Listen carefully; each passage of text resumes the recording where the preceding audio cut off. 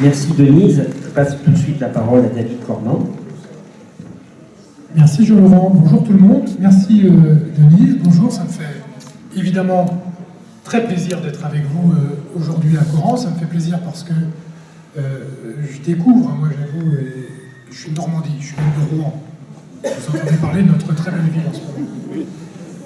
J'habite à Canteleu, je suis élu local à Canteleu, juste à 1 kilomètre à vol d'oiseau de l'accident majeur Céveso que nous venons de subir. Bref, je suis très heureux d'être là parce que je ne connaissais pas cette ville, on en a beaucoup parlé en bien et je vais y revenir, mais je pense que c'est un exemple très intéressant quand on nous explique dans ces temps actuels où on ne peut pas agir sur le réel, il y a une mondialisation libérale à laquelle il faudrait se soumettre, il n'y a pas de solution, il faut s'adapter à cette réalité-là, on ne peut pas changer le monde en réalité. Il y a des démonstrations et des exemples qui montrent qu'on peut changer les choses. Je vais y revenir. Ce dont je voulais vous parler aujourd'hui, c'est d'abord qu'on prenne conscience ensemble du moment très particulier de l'histoire de l'humanité que nous sommes en train de vivre. Depuis l'apparition, rassurez-vous, ça ne va pas être trop long, je parle d'Homo sapiens, mais ça ne va pas être trop long. Depuis l'apparition d'Homo sapiens sur Terre et son développement, on voit bien que la manière dont nous avons eu d'habiter la Terre n'était pas toujours en parfaite harmonie avec la nature qui nous entoure. Je vais faire un grand saut dans le temps pour arriver à la révolution industrielle, où ce qui a changé à ce moment-là, à ce moment décisif dans l'histoire de l'humanité et de notre civilisation, c'est que la capacité de prédation d'Homo sapiens sur la planète, sur la nature, sur les ressources, est devenue exponentielle, a augmenté de façon exponentielle. Je ne sais pas si vous êtes familier des films de super-héros, il y a un personnage connu qui s'appelle Iron Man, je ne sais pas si vous voyez qui c'est. En fait, c'est un milliardaire qui se fait une carapace, un exosquelette, qui décuple sa puissance. Qu'est-ce qui est arrivé à l'espèce humaine au moment de la révolution industrielle? C'est qu'en tout cas en Occident, nous sommes tous devenus des Iron Man, parfois des Iron Woman, ça c'est autre chose, moi. Bref, c'est qu'on a eu une capacité de destruction sur ce qui nous entoure délirante. Et je crois que notre civilisation n'a pas pris la mesure de cette réalité-là. Et cette réalité, elle est en train de nous surgir au visage avec la prise en compte de conscience qu'on a aujourd'hui. C'est le changement climatique, et c'est au-delà, en plus, combiné au changement climatique, au dérèglement climatique, l'extinction de la vie sur Terre. Nous, les écolos, qu'on soit Europe Écologie Les Verts ou ailleurs, enfin, c'est formidable d'avoir organisé cet événement, mais moi, même si je suis secrétaire national d'Europe Écologie Les Verts, c'est pas la question d'outils politiques et le parti Europe Écologie Les Verts qui m'intéresse, c'est vraiment la question de l'écologie. Donc nous, les écolos, avant, à côté ou à Europe Écologie Les Verts, la spécificité du projet qu'on a, je crois, ce qui nous distingue de toutes les autres forces politiques, c'est de dire que notre point de vue sur le monde, notre point de vue sur la société, n'est pas uniquement le point de vue d'Homo sapiens, le point de vue anthropocentré, c'est ça le terme technique pour le déterminer, mais le point de vue qu'on essaye d'avoir sur la société, sur le monde, sur la planète, est un point de vue écocentré. C'est-à-dire que nous avons la responsabilité, en tant qu'Homo sapiens, avec notre capacité potentiellement de destruction dont j'ai parlé, d'avoir, quand nous regardons la société, quand nous pensons la politique, non plus d'avoir le seul point de vue de l'intérêt de l'humain, mais de l'ensemble de la vie. C'est une question déterminante, parce que de ce point de vue différent découle, à mon avis, tout le reste.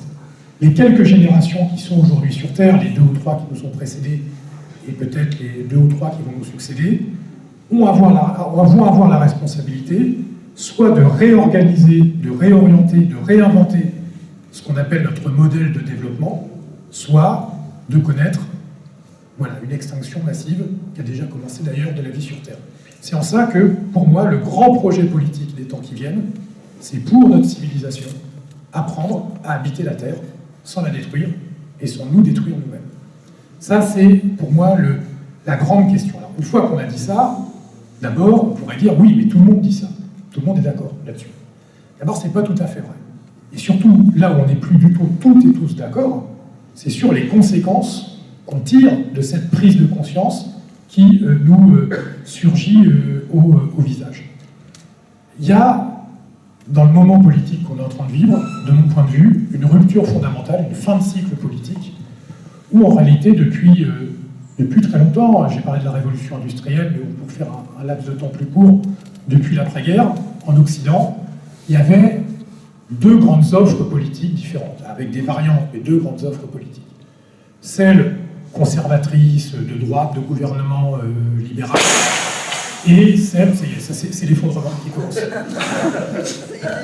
Et l'autre offre politique dominante, qui était la gauche de gouvernement, gauche d'inspiration marxiste, plus ou moins social-démocrate, plus ou moins communiste, peu importe. Ma conviction, et c'est peut-être un sujet sur lequel on pourra discuter, c'est que ces deux offres politiques, qui sont différentes, je ne mets pas un signe égal entre les deux, évidemment qu'il y a beaucoup de différences entre ces deux forces politiques, la gauche traditionnelle, la droite traditionnelle, vous les avez toutes et tous à l'esprit.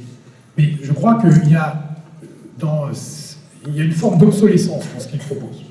Parce que ces deux offres ont en commun de partir du principe que le projet politique, c'est de continuer la croissance, de continuer la production, de continuer l'émancipation par la consommation.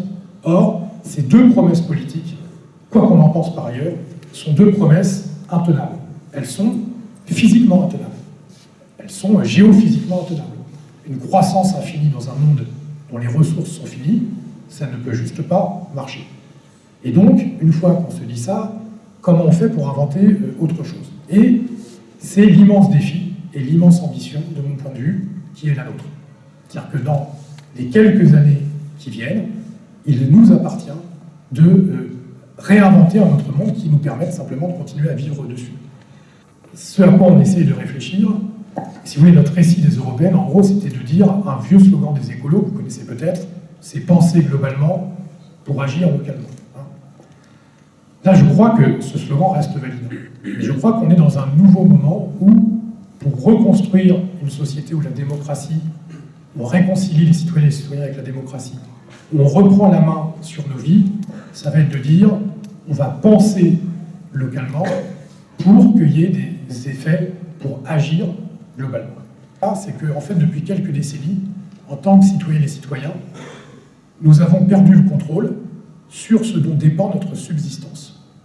On a perdu le contrôle sur ce dont dépend notre subsistance. Et ces derniers mois, il y a deux grands mouvements sociaux qui ont illustré cette prise de conscience-là. C'est les marches climat, c'est les marches de la génération climat, notamment Greta Thunberg, vous avez vu tout ça, où notamment les mômes, les jeunes, mais pas que, expriment ça, disent à quoi ça sert de continuer à aller à l'école alors que la planète est en train de partir en sucette, et donc je n'aurai plus la main sur ce dont va dépendre ma subsistance. Si je veux encore avoir, quand je serai adulte, la main sur ce dont dépend ma subsistance, il faut changer, empêcher le changement climatique, la destruction environnementale. Et il y a un autre mouvement social qui exprime exactement la même chose, avec des moyens différents, qui est le mouvement des Gilets jaunes. Qu'est-ce qui se passe avec le mouvement des Gilets jaunes? Enfin, en tout cas, c'est comme ça que je l'ai perçu, peut-être il y a d'autres façons de le voir. C'est que c'est des gens qui vivent en périurbain, rural, qui ont toujours tout bien fait ce qu'on leur a dit de faire. Éloignez-vous des centres-villes, mais c'est pas grave, vous aurez une voiture. On retire les services publics, mais c'est pas grave, vous avez votre voiture. On vous éloigne de votre lieu de travail, mais c'est pas grave, vous avez votre voiture. On va réduire vos droits du travail, mais vous ne plaignez pas, vous avez encore un boulot, etc., etc. En gros, on leur dit, votre autonomie sera garantie par votre automobile. Cette promesse, là encore, était intenable. Et donc, vous avez des gens qui ne sont pas du tout des Gaulois réfractaires, comme on entend parfois notre président de la République le dire, c'est même quasiment l'inverse, qui disent, mais quand je retire de mes revenus l'ensemble de mes dépenses obligatoires, mon chauffage, mon alimentation, mon logement, l'essence dans ma voiture, il ne me reste plus rien pour vivre. Pire, j'ai même plus assez d'argent pour pouvoir faire ça. L'autre discours qu'on a dit, c'est vous connaissez plus le paysan qui vous fait à manger, qui vous produit votre alimentation, etc., etc., mais votre autonomie alimentaire sera garantie par votre capacité à remplir votre caddie au supermarché.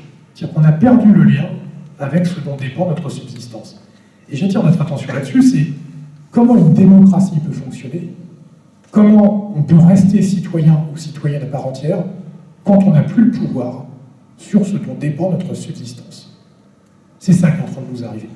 Et donc là, il y a un enjeu majeur je crois, pour les temps qui viennent, c'est comment, démocratiquement, on se réapproprie la main sur ce dont dépend notre subsistance. Et ça se passe au niveau local en partie. C'est comment on se réapproprie à partir de nos territoires notre souveraineté en réalité, notre autonomie en tant que citoyens et citoyens. Le grand défi politique, notamment écolo des temps qui viennent, ça va être celui-ci. Donc voilà, j'étais un peu plus long que je pensais l'être, mais voilà, comme ça brûle pour moi ce dont j'avais envie de vous parler cet après-midi, et j'espère qu'on a un peu de temps pour avoir des échanges, si vous le souhaitez. Je vous remercie.